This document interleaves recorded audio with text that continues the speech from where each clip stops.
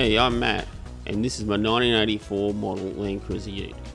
In this video, I'll be showing you how I made an overhead roof console to support a new stereo system without drilling any new holes in the body. Now this is the original AM radio, which still works, so I really want to keep that. First up, I note down the cab dimensions so I can get the basic console fabricated. Well, here it is, the end product. I've just got it back from the sheet metal workers. It's galvanised, so it will resist rust, and also it's strong enough to provide a good solid base for your radios. I want to use the existing sun visor mounting bolts to support the console. So I carefully measure the hole spacings and drill some 8mm holes so the sun visor mounting bolts can pick up on the console holes. Now I've done all the holes. Now hopefully when we put them in the ute, I'll line up with the bolt holes that are already existing in there. That's the plan. What I've got here is a bracket I've made up. I'm going to weld it to the shelf to give some extra support. If you're going to weld on a vehicle, always disconnect the battery. That way when you're doing the welding, you're not going to do any damage to the electrical system on the vehicle. And keep sparks off your windscreen glass because they will mark it. Mark out a recess each end of the console for the sun visor arms to poke through. Do the same for the rear view mirror. I find it easiest to drill a series of small holes and then file down the remaining burrs.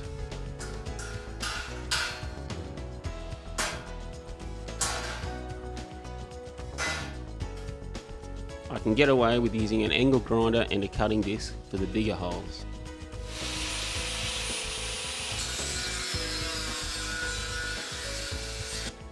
Here's my new radio and the speakers. Using the mounting frame, I mark out where I want the radio to be mounted before I cut out the shape with a grinder and then file off the sharp edges with a file.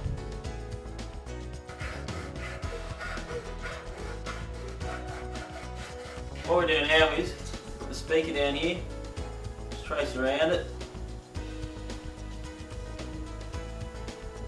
That. Just left with a circle there my texture. Just get the grinder with the cutting wheel and cut around that.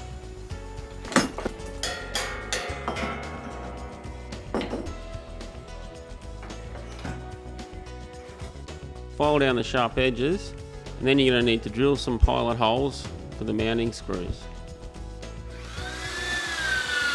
Right, I'm welding this bracket into the slot here to mount the radio on. That's going to make it nice and secure, so it's going to be very hard to steer.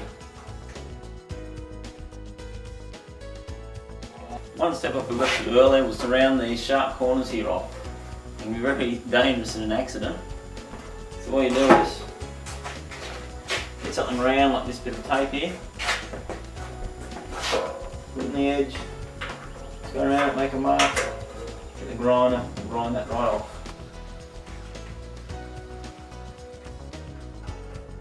Next step serves a couple of purposes. I'm going to paint this, protects the metal from rust, and also the low sheen matte black. It cuts down a lot of the glare which you get on a sunny day, shining up there, reflecting in your eyes.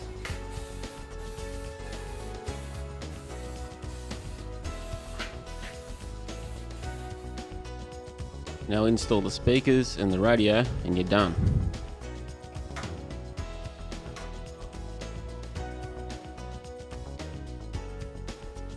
After a few final adjustments, the console is mounted and I haven't had to drill a single hole in the cab.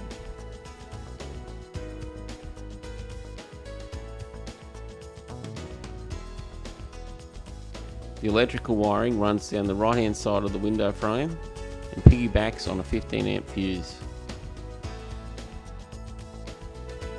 I've also fitted a hands-free microphone for my mobile phone.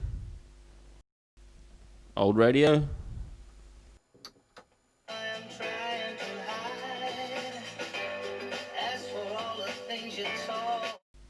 new radio.